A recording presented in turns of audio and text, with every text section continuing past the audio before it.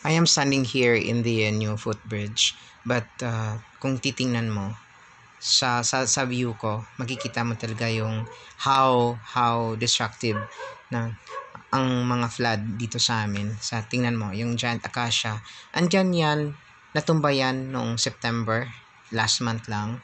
Tapos, yun, I think napakalaki ng acacia na yan, part yan ng childhood ko. So, this is not the first time na may acacia na uproot no, dahil sa lakas ng baha at saka sa ulan. Kasi, yan. I think 10 years ago, yung acacia na yan, yung area na yan, mas malaki pa yan. Times 2 nung bagong natumba. And it was also uprooted by a strong flood. Kasi sa area na to, may dalawang river eh. This is the Panangatan River. Yung isa, yung creek. Yan, tingnan nyo. Kawawa yung mga farmers.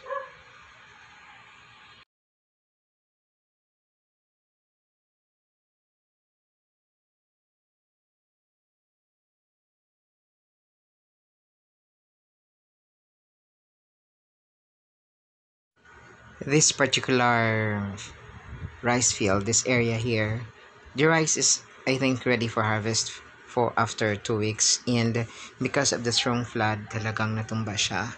So I just hope that the farmer, the owner of this rice field, can still harvest, and I doubt kung makabawi pa siya because totally talaga yung isang plot ng rice field talagang natumba siya, and this is really very hurting as a son of a farmer na talagang malaking bagay to sa amin na mga farmer, but strong faith pa din sa God, and I am praying for the best of luck for the next season sa owner ng lot na to, ng plot na to.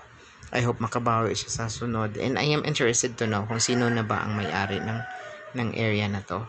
Baka makatulong ako ng konti.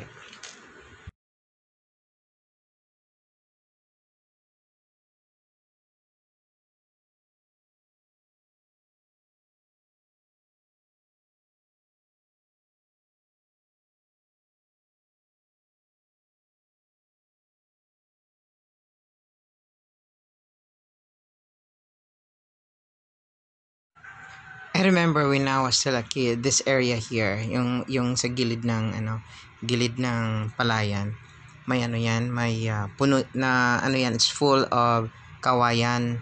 So I remember pinutol yan ng mga old farmers, yung mga tatay ng mga kasulukuyang may-ari dito. Pinutol yan kasi para hindi daw malagyan ng shadow yung rice. So after that, nang alala ko din na after na naputol yung mga kawayan, unti-unting nagkaroon talaga ng soil erosion. Palaki ng palaki yung area na nakuha nung ilog. Bali, I think ilang meters na yung nakuha. Ito yung area na kasi ito yung mga palay na bagong bagong lumabas yung grains niya, kaya hindi siya masyadong mabigat. Kaya nagkaroon ng malakas ng ulan, hindi sila natumba. Yun kasi yung vulnerability kasi ng rice pag malapit ng mahinog o hinog na yung grains niya kasi nabibigatan siya. Ayun.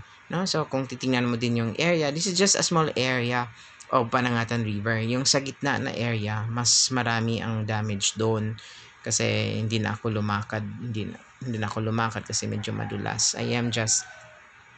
I was informed kasi na mayroong baha, kaya malaking baha. Like 2 days ago, kaya umuwi ako. So, praying na makabawi yung mga farmers. Ayan. Tapos, yun, so sobrang lakas daw ng baha, yung kukuhas, no? Umabot dyan. Iwan ko ba kung totoo. Sabi naman ng bata, tinanong ko, pagkagising daw nila, andyan na yan. Yes. So, ang ganda talaga ng river sa amin, pero kapag magalit siya, very destructive.